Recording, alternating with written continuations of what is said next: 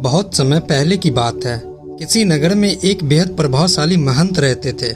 उनके पास शिक्षा लेने हेतु कई शिष्य आते थे। एक दिन एक शिष्य ने महंत से सवाल किया, स्वामी जी, आपके गुरु कौन है? आपने किस गुरु से शिक्षा प्राप्त की है? महंत शिष्य का सवाल सुनकर मुस्कुराए और बोले, मेरे हजारों गुरु हैं। यदि मैं उनके नाम गिनाने बैठ जाऊं तो शायद महीनों लग जाएंगे, लेकिन फिर भी मैं अपने 3 गुरुओं के बारे में तुम्हें जरूर बताऊंगा। एक था चोर।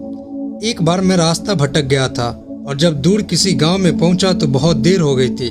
सब दुकानें और घर बंद हो चुके थे, लेकिन आखिरकार मुझे एक आदमी मिला जो एक दीवार में सेंध लगाने की कोशिश कर रहा था।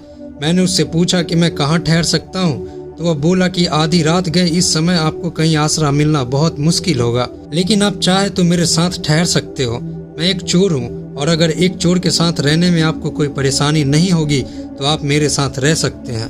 वह इतना प्यारा आदमी था कि मैं उसके साथ 1 महीने तक रह गया। वह हर रात मुझे कहता कि मैं अपने काम पर जाता हूँ, आप आराम करो और प्रार्थना करो। जब वह काम से आता तो मैं उससे पूछता कि कुछ मिला तुम्हें, तो वह कहता कि आज तो कुछ नहीं मिला, पर अगर भगवान ने चाहा तो जल्दी जरूर कुछ मिलेगा। वह कभी निराश और उदास नहीं होता था, हमेशा मस्त रहता था। जब मुझे ध्यान करते हुए सालों साल बीत गए थे और कुछ भी नहीं हो रहा था, तो कई बार ऐसे क्षण आते थे कि मैं बिल्कुल हताश और निराश होकर साधना वादना छोड़ लेने की ठान लेता था। और तब अचानक मुझे उस चोर की याद आती जो रोज कहता कि भगवान ने चाहा तो जल्दी कुछ जरूर मिलेगा। और मेरा दूसरा गुरु एक कुत्ता था। एक बहुत गर्मी वाले दिन मैं बहुत प्यासा था और पानी के तलाश में घूम रहा था कि एक कुत्ता दौड़ता हुआ आया, वह भी प्यासा था। पास ही एक नदी थी। उस कुत्ते ने आगे जाकर नदी में झांका तो उसे एक और कुत्ता पानी में नजर आया जो कि उसकी अपनी परछाई थी। कुत्ता उसे देख बहुत डर गया। वह परछाई को देखकर भौंकता और पीछे हट जाता, लेकिन बहुत प्यास लगने के कारण वह वापस पानी के पास लौट आता। अंततः अपने डर के बावजूद वह नदी में कूद पड़ा और उसके कूदते ही वह परछाई भी गायब हो गई। उस कुत्ते की साहस को देख मुझे एक बहुत बड़ी सीख मिल गई। अपने डर के बावजूद व्यक्ति को छलांग लगा लेनी होती है। सफलता उसे ही मिलती है जो व्यक्ति डर का साहस से मुकाबला करता है। और मेरा तीसरा गुरु एक छोटा बच्चा है। मैं एक गांव से गुजर रहा था। मैंने देखा एक छोटा सा बच्चा एक जलती हुई मोमबत्ती ले जा रहा था। वह पास के किसी चर्च में मोमबत्ती रखने जा रहा था।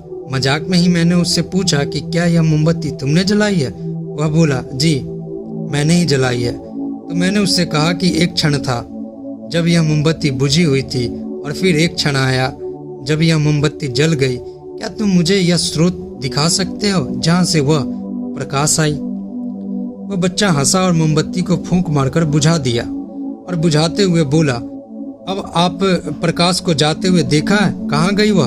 आप ही मुझे बताइए। मेरा अहंकार चकनाचूर हो गया। मेरा ज्ञान जाता रहा और उस क्षण मुझे अपनी ही मूर्खता का एहसास हुआ।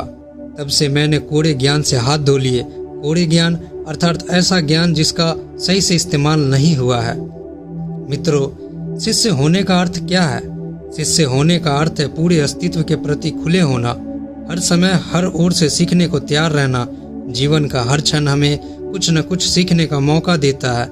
हमें जीवन में हमेशा एक शिष्य बनकर अच्छी बातों को सीखते रहना चाहिए। यह जीवन हमें आए दिन किसी न किसी रूप में किसी गुरु से मिलाता रहता है।